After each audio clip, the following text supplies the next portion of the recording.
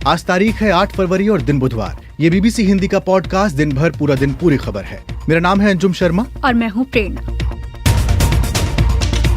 Podcast में आज बात प्रधानमंत्री के संसद में दिए भाषण, तुर्की में आए भूकंप और BBC Indian sports women of the year की।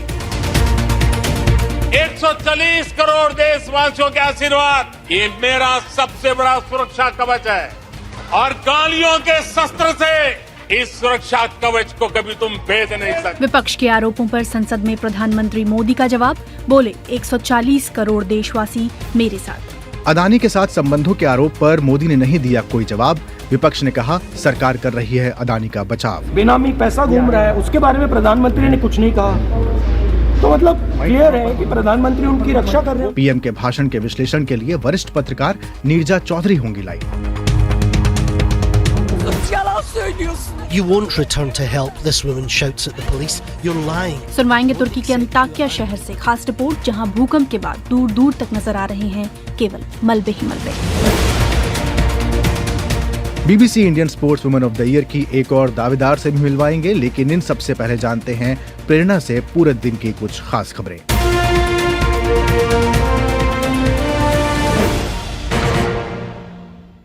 यूक्रेन के राष्ट्रपति वोलोदिमीर ज़ेलेंस्की आज बिना किसी पूर्व सूचना के ब्रिटेन पहुंच गए। रूस यूक्रेन युद्ध शुरू होने के बाद से ज़ेलेंस्की का ये दूसरा विदेशी दौरा है। ज़ेलेंस्की अपनी इस यात्रा के दौरान ब्रिटेन की संसद को संबोधित करेंगे। वहीं उनकी मुलाकात किंग चार्ल्स से भी होगी। गुरुवार को ज़ेलेंस्की यूरोपियन यूनियन समिट में हिस्सा लेने ब्रुसेल्स रवाना होंगे। इससे पहले ज़ेलेंस्की ने युद्ध के बाद अपने पहले विदेशी दौरे में अमेरिका की यात्रा की थी। श्रीलंका के राष्ट्रपति रानिल विक्रमसिंघे ने कहा है कि श्रीलंका लगभग 3 साल तक दिवालिया हालात में रहेगा। राष्ट्रपति ने कहा कि देश की अर्थव्यवस्था की मरम्मत में अभी वक्त लगेगा। राष्ट्रपति बनने के बाद से विक्रमसिंघे ने देश में भारी कर वृद्धि की है और IMF बेल आउट का मार्ग प्रशस्त किया है। उन्होंने कहा कि वह राष्ट्रपति की कुर्सी पर लोकप्रिय होने के लिए नहीं बैठे, बल्कि उनके प्रयास बदलाव ला रहे हैं। මම කිසිවිටක කරන්න බැරි දේ කියන්නේ නැහැ. බලය වෙනුවෙන් බොරු කියන්නේ නැහැ. राष्ट्रपति रानिल विक्रमसिंघे कह रहे हैं कि मैंने कभी ऐसा वादा नहीं किया जो पूरा नहीं किया जा सकता और इस कुर्सी पर बैठने के लिए झूठ का सहारा नहीं लिया। मैं फिलहाल बजट स्पीच में किए गए सभी वादों को पूरा करने में जुटा हूँ। इसके जरिए हम अर्थव्यवस्था में कुछ स्थिरता लाने में सफल रहे हैं।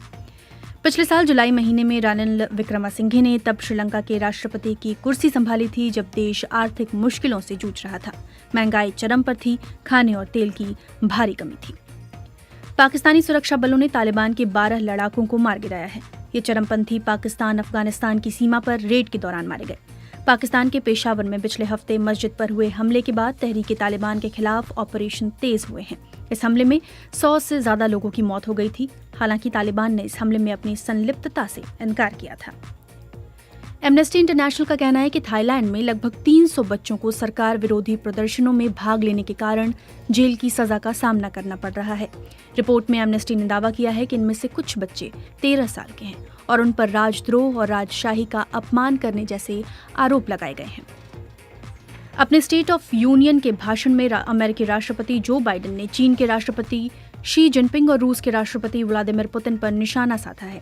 बाइडेन बोले, मैंने चीनी राष्ट्रपति शी जिनपिंग से ये स्पष्ट कर दिया था कि हम प्रतिस्पर्धा चाहते हैं, संघर्ष नहीं। मैं इस बात के लिए माफी नहीं मांगूंगा कि हम अमेरिका को ताकतवर बनाने के लिए निवेश कर रहे हैं। हम अमेरिका में नई चीजों और उद्योगों में निवेश कर रहे हैं जो हमारा भविष्य तय करेंगी, लेकिन चीन की सरकार हावी होने पर जोर दे रही है। वहीं बाइडेन ने पुतिन पर बोलते हुए कहा कि हम उनकी आक्रामकता के खिलाफ खड़े हैं। नेटो सहयोगियों की तारीफ करते हुए उन्होंने कहा कि एक साथ मिलकर हमने वो किया जो अमेरिका हमेशा सबसे अच्छे से करता है, हमने नेतृत्व दिखाया। जीवीके कंपनी के वाइस चेयरमैन जीवी संजय रेड्डी ने कहा कि मुंबई एयरपोर्ट बेचने के लिए अदानी समूह या किसी और की तरफ से उन पर कोई दबाव नहीं था। उन्होंने कांग्रेस सांसद राहुल गांधी के लगाए गए उन आरोपों से इनकार किया है जिसमें उन्होंने मुंबई एयरपोर्ट का कॉन्ट्रैक्ट अदानी समूह को देने के लिए जीवीके पर सरकार का दबाव होने की बात कही थी।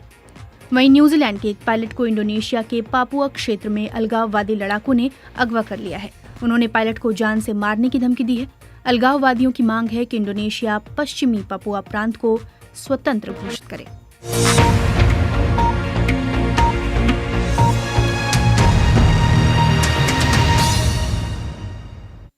नमस्कार, ये बीबीसी हिंदी का पॉडकास्ट दिन भर पूरा दिन पूरी खबर है। अभी आपने दिन भर की बड़ी खबरें, खास खबरें देश और दुनिया की क्या क्या रही प्रेरणा से सुना। आप जानते हैं हमारा ये पॉडकास्ट सोमवार से शुक्रवार रोजाना शाम 7:30 बजे, माफ़ कीजिएगा, लाइव प्रसारित होता है bbchihindi.com के लाइव पेज के साथ साथ उसको आप बीबीसी हिंदी के फेसबुक और यूट्यूब पेज पर सुन सकते हैं। बाद में सुनना चाहते हैं तो गाना, जियो सावन और स्पॉटिफाई जैसे प्लेटफॉर्म्स से आप डाउनलोड कर सकते हैं और पुराने पॉडकास्ट भी सुन सकते हैं, नए भी सुन सकते हैं। और आप सुनते रहिए। और आज के इस कार्यक्रम के थीम पर जो आप देख रहे हैं, संसद में अदानी पर पीएम मोदी की चुप्पी, इस पर आपका क्या कहना है? आप लगातार हमें कमेंट बॉक्स में बताते रहिए ताकि जब हम इस बीच में आपके कमेंट्स पढ़ें तो आपका नाम उसमें शामिल हो। और मुझे उम्मीद है कि कई लोगों ने सुना होगा प्रधानमंत्री का वो भाषण सुना होगा। तो राष्ट्रपति द्रौपदी मुर्मू के संसद में दिए अभिभाषण पर आज प्रधानमंत्री नरेंद्र मोदी ने भाषण दिया। आप जानते हैं उसके बाद सब नेता एक एक करके बोलते हैं। उनके बोलने से पहले प्रेरणा, हम सब वो भाषण देख रहे थे, सुन रहे थे, उनसे पहले कई नेता बोले, लेकिन जैसे ही पीएम मोदी बोलने आए, बीजेपी सांसदों ने नारे लगाने शुरू किए जय श्री राम के, और उनका जोरदार स्वागत हुआ। लेकिन विपक्ष ने नारेबाजी की और कुछ नेताओं ने पीएम मोदी के भाषण का वॉकआउट कर दिया। पीएम ने भी विपक्ष पर खूब निशाना साधा, जमकर निशाना साधा, और पहले हास्य कवि काका हाथरसी को कोट कर दिया। काका हाथरसी ने कहा था, आगा पीछा देखकर क्यों होते गमगीन, जैसी जिसकी भावना वैसा दिखे सीन। तो जैसी जिसकी भावना वैसा दिखे सीन। और ये तो बस शुरुआत थी प्रेरणा। और अब जानते हैं लगातार विपक्ष जो है अदानी को लेकर उनसे बात कर रहा था, उनसे मांग कर रहा था कि जेपीसी लाओ। आप जानती हैं कल खासकर कांग्रेस नेता राहुल गांधी ने जेपीसी की मांग की। अदानी समूह के जो पूरा विवाद है, माफ कीजिएगा, उस पर प्रधानमंत्री से 5 सवाल उन्होंने पूछे थे, जिस पर हम बाद में आएंगे। लेकिन फिलहाल हम उस सिलसिलेवार तरीके से प्रधानमंत्री मोदी के भाषण की बात कर रहे हैं। तो प्रधानमंत्री मोदी ने, जैसा आपने कहा कि काका हाथरसी को कोट किया, उसके बाद वो विपक्ष पर तंज करना शुरू करते हैं और कहते हैं कि विपक्ष निराश है, इसलिए ऐसा कर रहा है। और इसके पीछे कहा कि जो निराशा है उसके पीछे उनका, विपक्ष का अपना कार्यकाल है, और ये निराशा में रह रहे लोग इस देश की प्रगति को दरअसल स्वीकार ही नहीं कर पाते हैं। आखिर ये निराशा भी ऐसे नहीं आई है, इसके पीछे कारण है। एक तो जनता का हुक्म, बार बार हुक्म, लेकिन साथ साथ इस निराशा के पीछे जो अंतर मन में पड़ी हुई चीज है, जो चैन से सोने नहीं देती है, और क्या है, 2004 से 14 भारत की अर्थव्यवस्था खस्ता हाल हो गई। तो भारत की अर्थव्यवस्था खस्ता हाल हो गई। वो 4 से 14 का जिक्र कर रहे हैं। लॉस्ट डिकेड भी उन्होंने उसको लॉस्ट डिकेड कहा, और कहा कि 2030 का जो डिकेड होगा वो इंडिया का डिकेड होगा। हालांकि मोदी से विपक्ष को जो उम्मीद थी अदानी पर वो बोलेंगे, लेकिन मोदी ने पूरे भाषण में ना तो विपक्ष के किसी नेता का नाम लिया, ना अदानी का नाम लिया। हमारे साथ इस टाइम टेलीफोन लाइन पर राजनीतिक मामलों की जानकार नीरजा चौधरी हैं। नीरजा जी, स्वागत है आपका दिन भर पूरा दिन पूरी खबर में। पहले तो ये बताएं कि क्या भाषण जो था प्रधानमंत्री का वो उस अनुरूप था जिस अनुरूप अपेक्षा की जा रही थी? देखिए, लोग इंतजार कर रहे थे। कल जो प्रहार किया राहुल गांधी ने संसद में सरकार के ऊपर, प्रधानमंत्री के ऊपर, अडानी को लेकर, गौतम अडानी कि किस तरह से उनके स्टॉक्स को मैनिपुलेट किया गया, अकाउंटिंग में फ्रॉड था, जो कि हिंडनबर्ग रिपोर्ट ने जिसका उजागर किया था। उसके बाद सब लोग इंतजार कर रहे थे कि आज प्रधानमंत्री राष्ट्रपति के अभिभाषण में जब जवाब देंगे तो क्या, कैसे देंगे। तो मैं अभी पार्लियामेंट से आ रही हूँ। दो चीजें लोग कह रहे हैं। एक तो जैसा आपने कहा कि बिल्कुल ही सरकार ने जैसे पल्ला झाड़ लिया अडानी इश्यू पे, बिल्कुल नाम भी नहीं लिया, ना कोई उन आरोपों का जिक्र किया, ना जवाब दिया, और काउंटर प्रहार किया। राहुल के ऊपर नाम नहीं लिया उनका, और कांग्रेस के ऊपर 4 से 14 कांग्रेस का फ्यूचर के आगे जाके हार्वर्ड ही नहीं, जिसका जिक्र राहुल ने किया था, वो बाकी भी यूनिवर्सिटीज शोध करेंगी कि कांग्रेस का डिक्लाइन और डेथ कैसे हुआ था।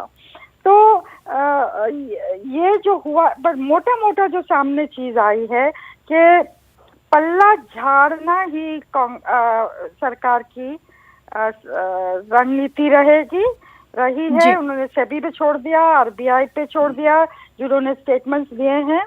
दूसरा, जो कई लोगों ने जो दोनों तरफ के लोग हैं, गवर्नमेंट और ऑपोजिशन के, उन्होंने ये कहा, ये बहुत इंटरेस्टिंग था मेरे लिए, कि बहुत दिनों के बाद पार्लियामेंट में जान आ गई थोड़ी।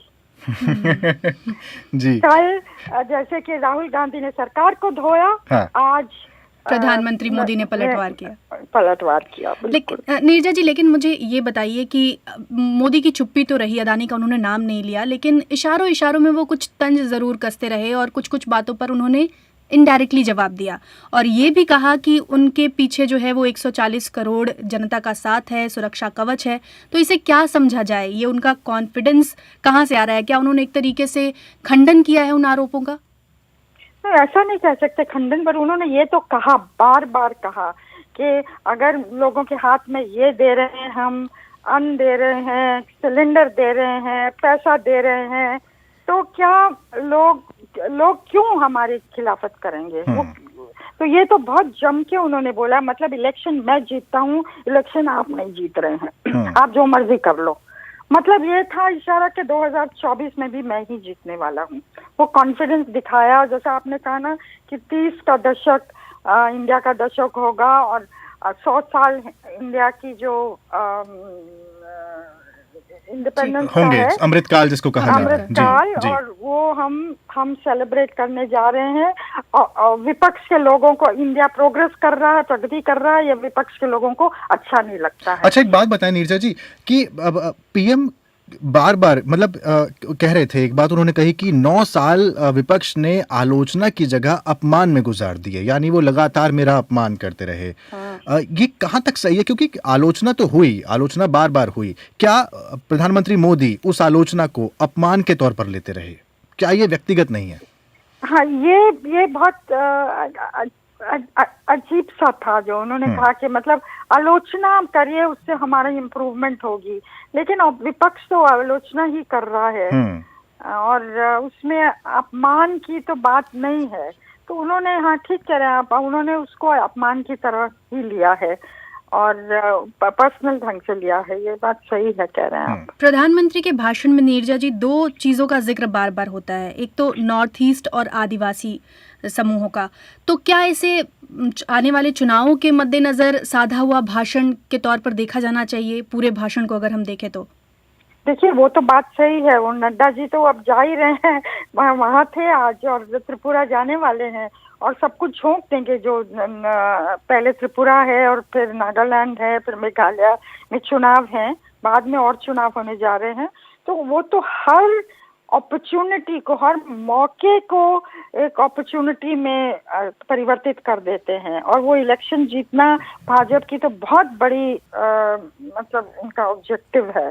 तो नॉर्थ ईस्ट बिल्कुल उनके रेडार पे है और आदिवासी, जिस तरह से प्रेसिडेंट द्रौपदी मुर्मू का बार बार उन्होंने जिक्र किया कि ऑपोजिशन ने उनकी भी तौहीन की, इस तरह से जिस तरह से उन्होंने क्रिटिसिज्म किया अभिभाषण का जी। तो दोनों चीजें, ट्राइबल भी, दलित भी, नॉर्थ ईस्ट भी, वो उनकी नजर में है बिल्कुल। अच्छा, ये बताएं कि आखिर ये जो चुप्पी है प्रधानमंत्री मोदी की या सरकार की, या फिर वापस पलटवार करना अदानी के नाम पर कि हमको आप घेर रहे हैं, लीजिए हम आपको घेरते हैं, हम वो फोर्स खोलते हैं, हम उन फाइलों को खोलते हैं जो 2G स्पेक्ट्रम की थी, है ना, कोल घोटाले की थी।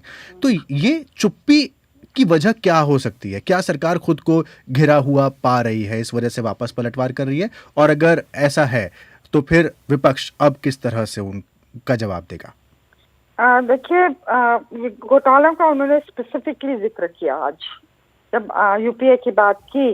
तो मतलब इंफॉर्मेशन रेवोल्यूशन था, तो आप कहाँ थे? आप 2G में घुसे हुए थे। न्यूक्लियर सिविल न्यूक्लियर डील हो रही थी, तो आप कहाँ थे? कैश फॉर वोट की बात की।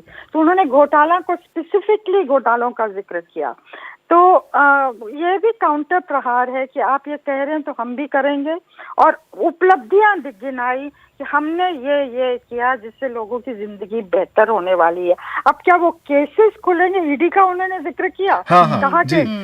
कि ईडी ने पूरे विपक्ष को एक कर दिया, कर दिया जो कि पहले नहीं हो पाया, तो हाँ। उसकी बड़ी उपलब्धि है ईडी की ये। जी। तो देखिए, अटैक काउंटर अटैक, और ये अडानी का जो घोटाला सामने आ रहा, कथित घोटाला,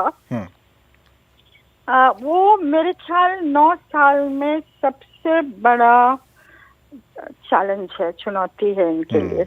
और चीजें हुई हैं, नोटबंदी हुई, जीएसटी में बिखराव हुआ, लेकिन ये सबसे बड़ी चुनौती है। तो ये कैसे डैमेज कंट्रोल करेंगे? मुझे, जैसा मैंने शुरू में कहा, कि अपने आप को डिस्टेंस करके डैमेज कंट्रोल करेंगे। जी, मैं वही बोल रहा था कि सीधा हमलावर तो प्रधानमंत्री मोदी भी नहीं हुए, और सीधा हमलावर केवल विपक्ष होता रहा, तो आखिरी बात जाती कहाँ तक है। बहुत बहुत शुक्रिया नीरजा जी हमसे बातचीत करने के लिए। शुक्रिया। तो ये थी नीरजा चौधरी, बता रही थी। और वैसे प्रेरणा शाहिद के साथ आप लगातार शो कर रहे हैं, मेरे साथ काफी दिनों के बाद अंजुम शो कर रहे, तो मेरा नाम भूल गए। जी, वो एक लिसनर्स कहेंगे एक बार ये मैंने सारिका को प्रेरणा कह दिया था, ये प्रेरणा को शाहिद कह दे रहे हैं, ये हो क्या रहा है आखिर दिन भर पूरा दिन पूरी खबर में। जी। तो राहुल गांधी ने अडानी के बारे में बहुत कुछ कहा, और जिस हम डायरेक्ट हमलावर होने की बात कर रहे थे, एक बार वो क्लिप सुन लेते हैं कि आखिर राहुल गांधी ने अडानी को लेकर प्रधानमंत्री मोदी के बारे में क्या कहा था। प्रधानमंत्री जी, आपके फॉरेन ट्रिप्स पे अडानी जी और आप कितनी बार एक साथ गए? अडानी जी, how many times did Adani ji join you later on a visit? How many times did Adani ji travel to a country immediately after you did? And in how many of these countries after you visited did Adani ji get a contract? Also an important question, Adani ji ने BJP को पिछले 20 साल में कितने पैसे दिए हैं? Electoral bonds में कितना पैसा दिया है? तो ये राहुल गांधी का भाषण था। हालांकि जयराम रमेश ने एक ट्वीट किया, प्रेरणा, आज कहा कि राहुल गांधी के भाषण के कुछ हिस्से पार्लियामेंट की जो प्रोसीडिंग्स होती है उसको हटा दिया गया है। कुछ और लोगों ने भी ट्वीट किया, हालांकि औपचारिक तौर पर ऐसा कुछ अभी तक कोई पुष्टि नहीं हो पाई है, लेकिन फिर भी चूंकि पुष्टि नहीं हुई है इसलिए हमने वो रेफरेंस के तौर पर सुना दिया। और भाषण का कौन सा हिस्सा हटाया गया है हमें ये भी नहीं पता, है ना। तो आपने अंजुम राहुल गांधी का भी, जो राहुल गांधी की आवाज़, माफ़ कीजिएगा, वो सुनाई। इसके बाद जो है, आज जब मोदी का भाषण हुआ तो मोदी ने इस पर कोई कुछ जवाब नहीं दिया, हमने इस पर बात भी कर ली, लेकिन उन्होंने कहा कि उनके पास लोगों का सुरक्षा कवच जो है वो मौजूद है, जिसे भेदा नहीं जा सकता। 140 करोड़ देशवासियों के आशीर्वाद, ये मेरा सबसे बड़ा सुरक्षा कवच है। और गालियों के शस्त्र से, झूठ के शस्त्रास्त्रों से इस सुरक्षा कवच को कभी तुम भेद नहीं सकते हो। वो विश्वास का सुरक्षा कवच है, और इन शस्त्रों से तुम कभी भेद नहीं सकते हो। तो भेद नहीं सकते हो। इसके अलावा उन्होंने एक और चीज कही थी कि मोदी कोई अखबार की सुर्खियों से नहीं बना है। ये जो कॉन्फिडेंस है प्रधानमंत्री मोदी का, जिसकी हम जिक्र कर रहे थे, क्या ये आरोपों का खंडन है? अगर कोई अभी जुड़ा है तो वो वापस इस पॉडकास्ट को बाद में सुने। और ये सवाल हमने नीरजा चौधरी से पूछा था। और इस कॉन्फिडेंस से अंजुम एक सवाल ये भी, और एक चुनौती विपक्ष के सामने भी खड़ी होती है, जैसे कि नीरजा जी बोल रही थी कि बीजेपी के सामने ये चुनौती है कि अब इन आरोपों के साथ वो कैसे डील करेगी, लेकिन विपक्ष के सामने ये चुनौती है कि इस मुद्दे को वो कितना भुना पाती है। क्या चुनावी मुद्दा ये बन पाएगा? तो अब आगे बढ़ते हैं और राहुल गांधी ने इस पर जवाब दिया। राहुल गांधी की बात करते हैं। राहुल गांधी ने इस पर बाकायदा जवाब दिया, और उन्होंने कहा कि प्रधानमंत्री से जो हमने सवाल पूछे थे उसका तो उन्होंने जवाब कहीं दिया ही नहीं। इंक्वायरी की बात नहीं हुई। अगर मित्र नहीं है तो ये कहते ठीक है मैं इंक्वायरी करा देता हूँ। इंक्वायरी की बात नहीं हुई। डिफेंस इंडस्ट्री है, वहाँ पे शेल कंपनीज हैं, बेनामी पैसा घूम रहा है, उसके बारे में प्रधानमंत्री ने कुछ नहीं कहा। तो मतलब क्लियर है कि प्रधानमंत्री उनकी रक्षा कर रहे हैं। तो ये तो पूरा का पूरा आज दिन भर पूरा दिन पूरी खबर जिस पर फोकस था वो पूरी बात थी, जिसमें प्रधानमंत्री मोदी के भाषण की बात थी, राहुल गांधी की बात थी और प्रधानमंत्री मोदी के भाषण का पूरा विश्लेषण था। और अब आप सबके लिए एक सूचना। Hi, this is Huma Qureshi, and as you all know, our Indian sportswomen have been doing so well in the recent past. So come and vote for your favorite BBC Sportswoman of the Year and support these change makers. इंतजार खत्म हुआ। चुनिए अपनी पसंदीदा महिला खिलाड़ी को। BBC Indian sportswoman of the year का ये चौथा साल है। ज्यूरी ने चुना है 5 खिलाड़ियों को। इन 5 में से किसी एक को मिलेगा अवार्ड और उसका फैसला करेंगे आप अपने वोट से। अवार्ड के 5 दावेदार हैं। वेट लिफ्टर मीराबाई चानू, कुश्ती की खिलाड़ी साक्षी मलिक और विनेश फोगाट, बैडमिंटन खिलाड़ी PV सिंधु और बॉक्सर निखत जरीन। अपनी पसंदीदा खिलाड़ी को वोट देने के लिए आइए bbchindi.com पर। हमारे हर पन्ने पर वोटिंग बटन मौजूद है और वोट देने में 1 मिनट से भी कम का समय लगेगा। तो चुनिए BBC Indian sportswoman of the year. तो जितने लोग हमें अभी सुन रहे हैं वो लगातार, अगर आप चुनना चाहते हैं किसी को तो कमेंट बॉक्स में, फेसबुक और यूट्यूब के कमेंट बॉक्स में एक लिंक आपको दिया गया है, पिंड है, उस लिंक पर क्लिक करके जा सकते हैं। आगे आपको सुनवाएंगे।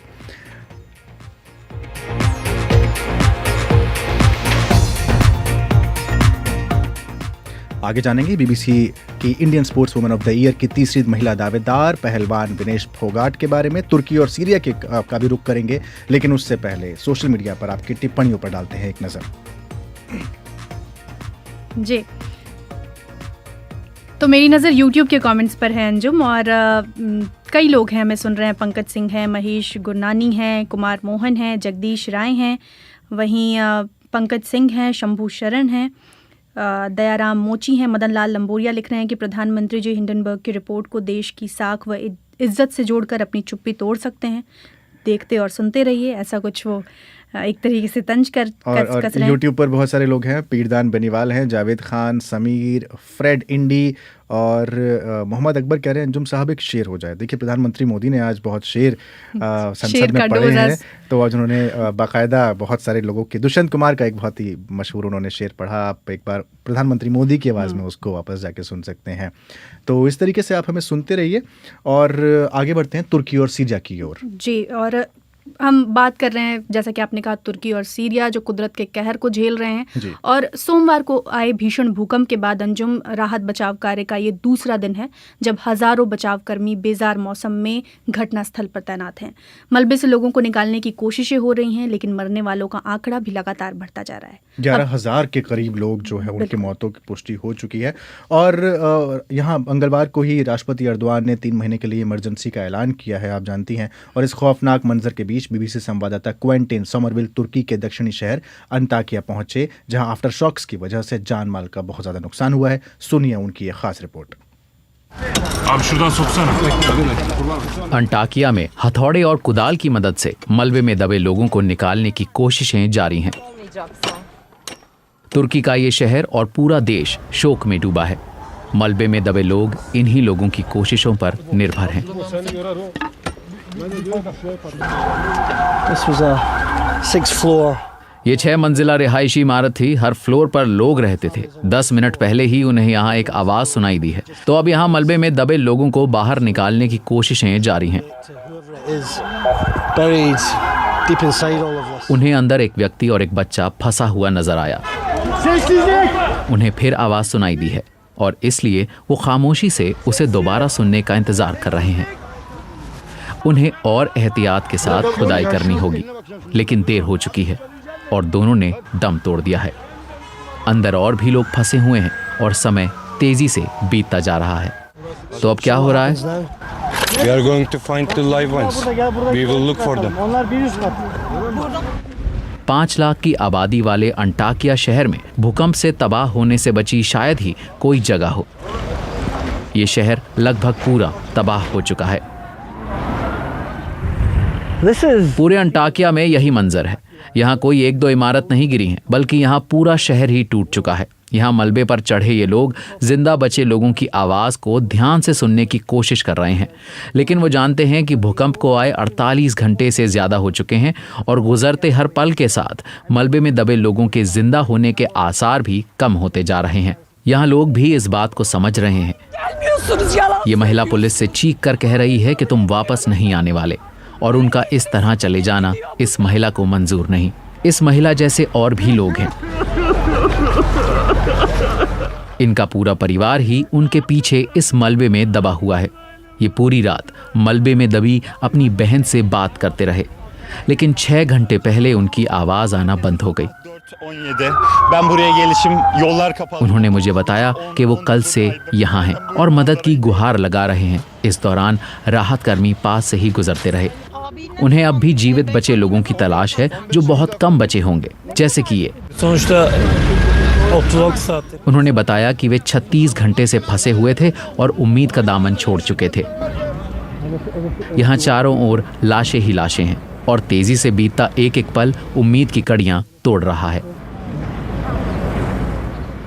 तो तुर्की से एक खास रिपोर्ट थी जिसे आपने सुना विदित मेहरा की आवाज़ में, और ये थी बीबीसी संवाददाता क्वेंटिन सोमरविल की रिपोर्ट। तो ये तो तुर्की की बात हुई अंजुम, लेकिन सीरिया की अगर बात करें तो सीरिया में हालात बदतर हैं। सीरियाई सरकार ने यूरोपियन यूनियन से भी मदद की अपील की है। यूरोपीय कमीशन ने बदले में भरोसा तो जताया है, पर कहा है कि बशर्ते सीरियाई सरकार उन इलाकों में राहत सामग्री पहुंचाने पर प्रतिबंध ना लगाए जहां सीरियाई लड़ाके रहते हैं। बिल्कुल। और अब सीरिया से सीधा वापस आते हैं BBC Indian sports women of the year की ओर, और इस सूची में 5 दावेदार हैं और इस अवार्ड का ये चौथा साल है। आप जानती हैं प्रेरणा, हमारे तमाम दर्शक जानते हैं, हर साल वोट करते रहते हैं।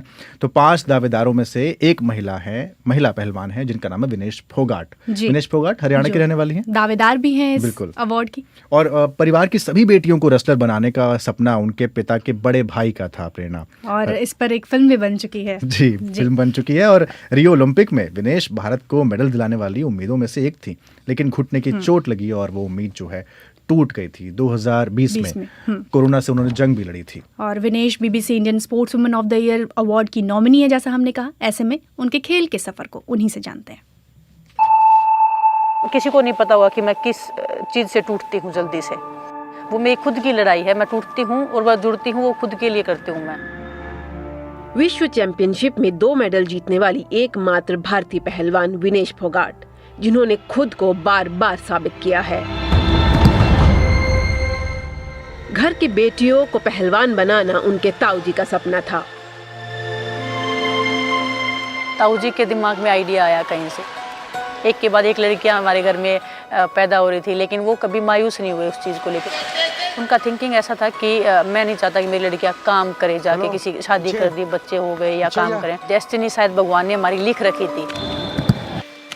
पिता की मौत के बाद विनेश की परवरिश बचपन से माँ ने अकेले ही की। पापा की डेथ हो गई, उसके बाद में काफ़ी डिफ़िकल्ट हो गया था, क्योंकि गांव के लोग भी बोलने लगे थे कि ये बड़ी हो रही हैं अभी, तो आप इनकी शादी का सोचो, क्योंकि आप अकेले आप मदर हो। लेकिन मम्मी का भी था कि इतने साल तक अगर मेहनत की है तो मैं नहीं चाहती कि मेरी बेटी मेरी तरह ही मतलब घर का काम करे। विनेश 5 साल की थी ने जिद खाड़ा के अंदर बेच दी थी। फिर मेरे न्यू आत्मा में न्यू होगी ठंडी, भाई इतना कष्ट लिया तो आज मान फल मिल गया। बेटियां ने ऊंचा नाम देश का भी, गांव का भी, हमारा भी, आपका भी। ऐसी बेटी भी सबके जन्मो बेटी। रियो ओलंपिक में चोट के कारण विनेश को बाहर होना पड़ा था। टोक्यो ओलंपिक में पदक अब उनका सबसे बड़ा सपना था, लेकिन टोक्यो में हार ने विनेश को अंदर से तोड़ दिया। पहले तो गुस्सा होती थी इस चीज़ पे, कि फ्रस्ट्रेशन होता था कि हाँ कि ये क्यों हो रहा है, मेरे साथ ही क्यों हो रहा है, मेरा लक ही ख़राब है, ऐसे सोचती थी। लेकिन अभी कि ये जर्नी है, ये सभी के साथ हो रहा है। रियो के बाद एकदम से ऐसा टाइम आ गया कि गया, सब कुछ हाथ से निकल रहा है। पर 2022 में कॉमनवेल्थ में गोल्ड जीतने के बाद विनेश ने दिखाया कि वो अंदर और बाहर से कितनी मजबूत हैं। आई थिंक मेरा खुद पे विश्वास काफ़ी है कि कुछ भी हो जाता है, मुझे इतना पता है कि मैं निकल जाऊँगी या कर जाऊँगी।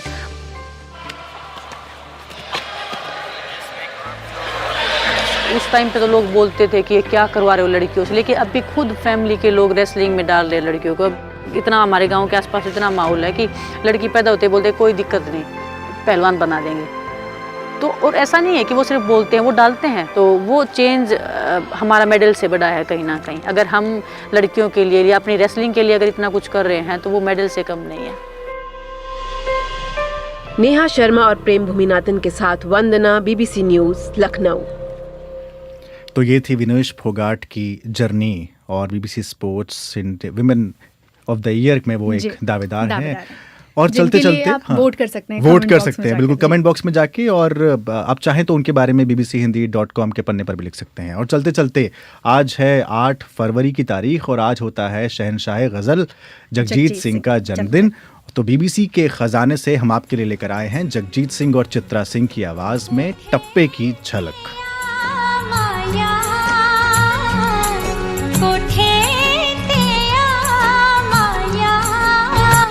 मिलना ता मिले आके नहीं ता खस मनुखा माया, मिलना ता मिले आके नहीं ता खस मनुखा माया। ओए की लेना है मित्रां तो, की लेना है मित्रां तो, मिलन ते आ जावां डर लगदा है छितरां तो। दिन भर पूरा दिन पूरी खबर में आज इतना ही। स्टूडियो की जिम्मेदारी थी अजीत सारथी के हाथों में। तब कल हो गया, कल फिर आपसे होगी मुलाकात। तब तक मुझे और मेरे साथी अंजुम को इजाजत दीजिए। नमस्कार।